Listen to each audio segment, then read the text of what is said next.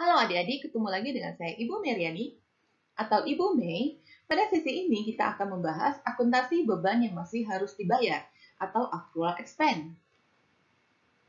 Setelah mempelajari video ini, Ibu berharap adik-adik dapat menjelaskan contoh beban yang masih harus dibayar, menjelaskan pengertian beban yang masih harus dibayar, menjelaskan jurnal beban yang masih harus dibayar. Contoh beban yang masih harus dibayar atau accrual expense dalam kehidupan sehari-hari.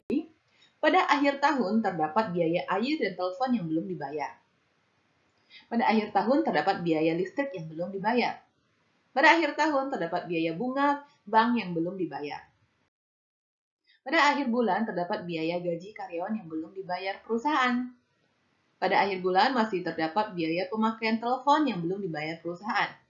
Pada akhir tahun masih terdapat biaya pemakaian listrik yang belum dibayar perusahaan. Pada akhir tahun masih terdapat biaya pembelian air PDAM yang belum dibayar perusahaan. Pada akhir tahun masih terdapat biaya pajak penghasilan perusahaan yang belum dibayar perusahaan. Pada akhir bulan masih terdapat biaya bunga bank yang belum dibayar perusahaan. Upah akrual perusahaan yang terhutang kepada karyawan di akhir periode. Bunga akrual perusahaan yang terhutang kepada bank. Pajak akrual perusahaan yang terhutang kepada badan pemerintah.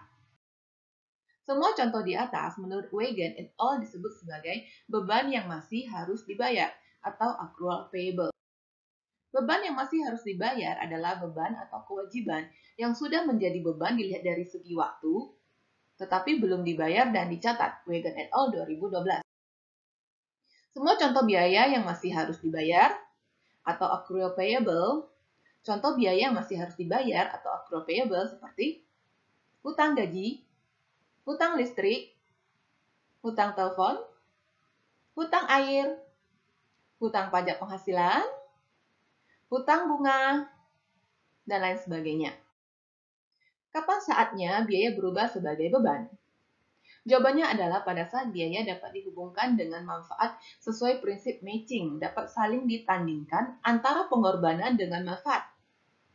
Beban yang masih harus dibayar atau accrual expense disebut juga dengan hutang beban. Beban jenis ini terjadi jika dalam akhir periode akuntansi suatu perusahaan terdapat beban yang masih menjadi tanggungan perusahaan dan beban tersebut belum dibayar oleh perusahaan sehingga beban tersebut dicatat sebagai hutang.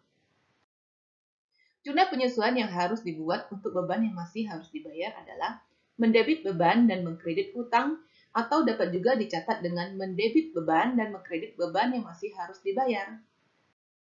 Contoh soal. PT Meijaya mempekerjakan 3 orang karyawan dengan upah 500.000 masing-masing per hari. Para karyawan bekerja selama 6 hari dalam seminggu, yaitu hari Senin sampai hari Sabtu. Dan upah dibayar setiap hari Sabtu. Pembayaran upah terakhir dilakukan pada hari Sabtu, tanggal 27 Desember 2020. Dengan demikian, upah yang belum dibayar adalah sebagai berikut. Senin 29 Desember 2020, 3 kali 500.000 1,5 juta. Selasa 30 Desember 2020, 3 kali 500.000 1,5 juta. Rabu 31 Desember 2020, 3 kali 500.000 1,5 juta, jumlah 4,5 juta. Jadi upah yang belum dibayar adalah 4,5 juta. Contoh soal.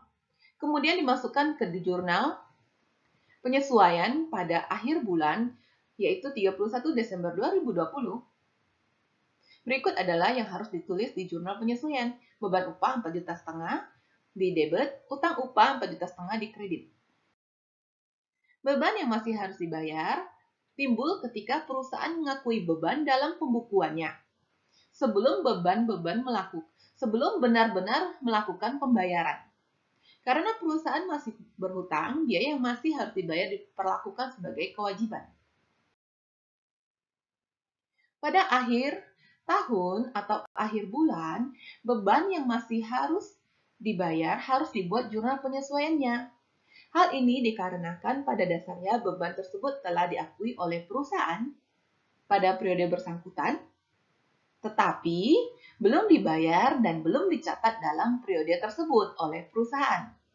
Sehingga perlu dicatat dalam jurnal penyesuaian sebagai hutang atau beban yang masih harus dibayar. dan mengakui adanya beban tersebut dalam laporan laba rugi, sehingga laporan keuangan baik laba rugi atau neraca dapat disusun dengan akurat.